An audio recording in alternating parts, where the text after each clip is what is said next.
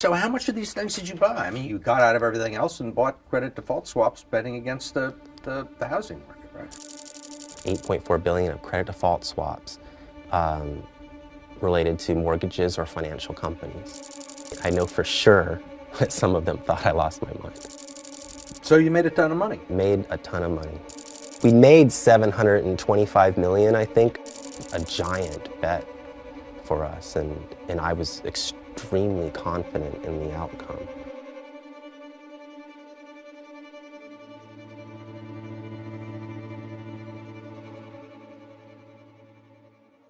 Owning a home is the American dream. It's been that way for decades. But what if I told you that dream nearly brought down the entire US economy? Back in the early 2000s, banks were handing out home loans like candy. The government was cheering them on, and Wall Street was getting richer by the second. Even people with no jobs at all were being handed out large loans with basically no down payment. But one man, Michael Burry, saw through the illusion. He realized that under all the big profits and complex financial jargon was a ticking time bomb, and when it exploded, it wiped out the global economy.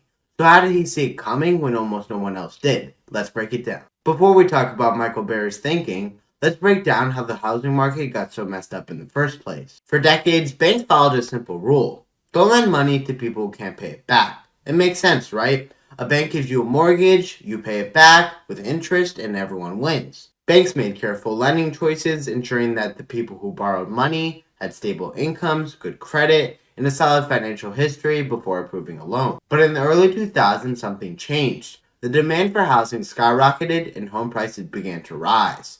People saw real estate as a guaranteed way to build wealth, and banks saw an opportunity to profit from the growing market. But instead of sticking to their traditional lending standards, they found a new way to make money. Big investment banks on Wall Street figured out that they could bundle these home loans together and sell them to investors as a new type of financial product called a mortgage-backed security. At first glance, it seemed like a brilliant idea. These securities were supposed to be safe. After all, mortgages are backed by real homes, and who doesn't pay their mortgage? Well, a lot of people, it turns out. As more investors wanted a piece of this safe investment, banks started handing out riskier and riskier mortgages. They introduced subprime loans, which are mortgages given to people with bad credit, no savings, and no real way to repay them. And the worst part is the government encouraged it. It was basically, and like all bubbles, it was bound to pop. Michael Burry wasn't your typical Wall Street guy. He wasn't a banker, he wasn't a hedge fund celebrity, he was a doctor turned investor with an obsession for numbers and an eye for market trends.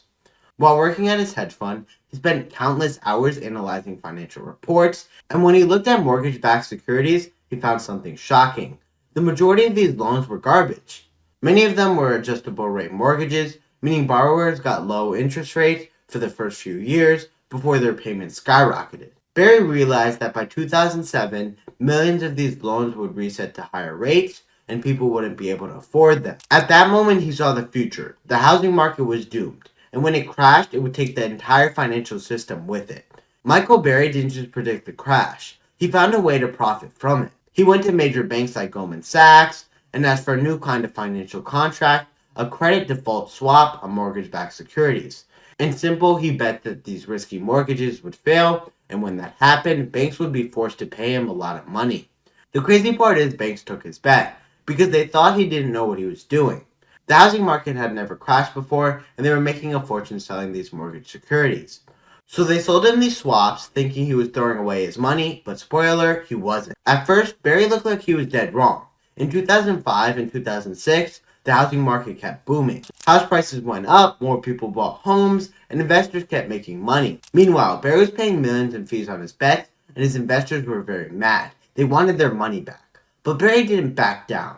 And in 2007, it all turned. Housing prices stopped rising. Mortgage defaults skyrocketed, and banks suddenly realized they were sitting on tons of loans that had no worth. By mid-2008, one of the biggest investment banks, Lehman Brothers, collapsed.